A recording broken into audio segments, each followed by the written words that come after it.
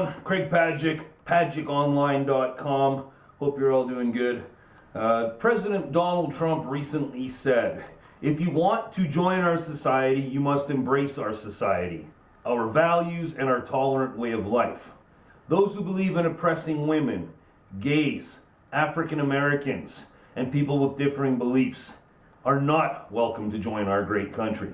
Anyone who believes Sharia law supplants American law will not be given an immigrant visa. This can be considered a common sense approach, also known as standing up for what is right. Unfortunately, there is a strong opposition to common sense in North America.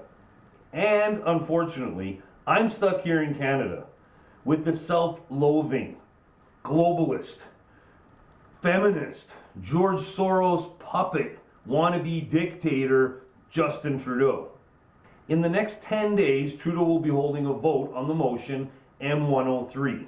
If passed, will enact Islamic blasphemy laws in Canada, creating a de facto Sharia compliant state.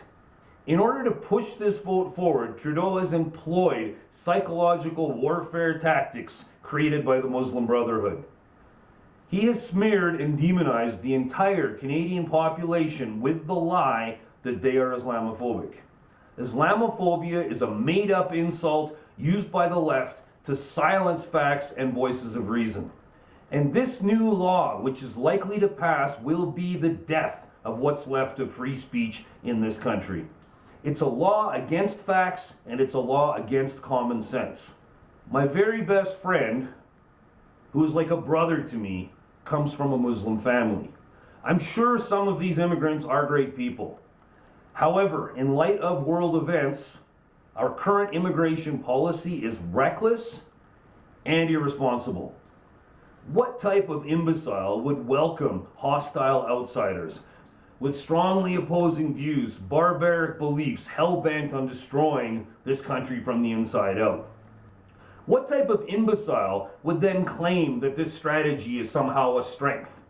Well, let me help you with that. In Canada, we currently have such an imbecile leading our country. Those who hold similar cultural views, those who bring wealth with them, those who possess employable skills, and will respect local laws and customs. These are the people that should be given first priority when being considered for Canada. We should only bring in the best and the brightest, those who are willing to embrace our cultures and values, not those who will attempt to overthrow it. Idiot, diversity is our strength, Trudeau, refuses to even admit that we have a culture. According to him, we are a post-national state with no core identity. His words. What the hell does that even mean? Like we're just a bunch of zombies waiting to be overthrown. Apparently, all cultures have a right to be defended and preserved, except Western Judeo-Christian ones. All we have to do is take a look at Europe to see what lies ahead with its disastrous approach to open borders. In all areas the migrants have relocated to, there has been a significant increase in rape, sex crimes, and related abuses. Abuses described include abduction, rape, and sex trafficking of children as young as 12 years of age. And with laws limiting free speech, it becomes increasingly difficult to speak out against these crimes. These are the seeds Trudeau is sowing in Canada today. Already the CBC is actively attempting to cover for the crimes of Muslim immigrants by hiding their names to prevent these criminals from being identified. Only 5 days ago, 2 young girls and a grown woman were attacked in Lethbridge at the Holiday Inn swimming pool. CBC wouldn't even name the sex assault suspect because he's a Muslim migrant. The CBC receives $1.2 billion in funding from the Canadian Liberal government and clearly does not have the best interest of Canadians in mind.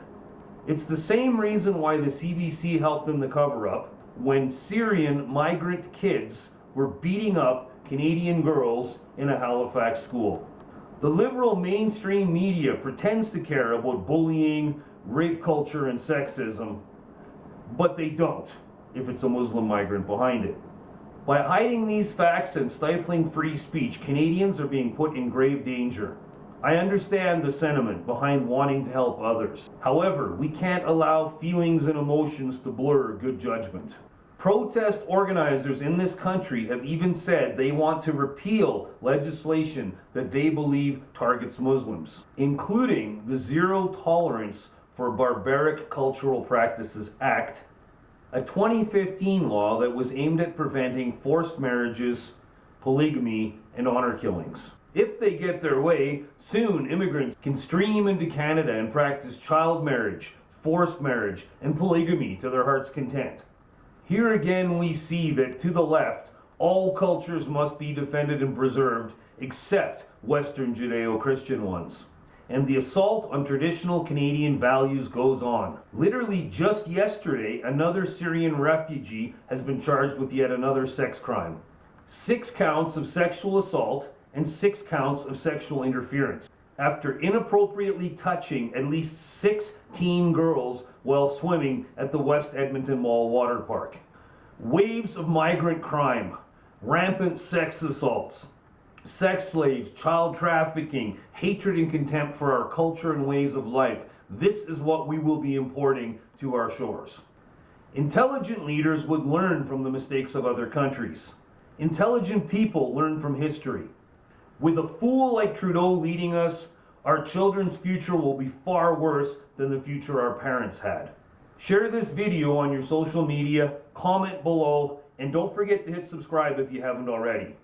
I'm Craig Pajic. Thanks for watching. I'll see you next time.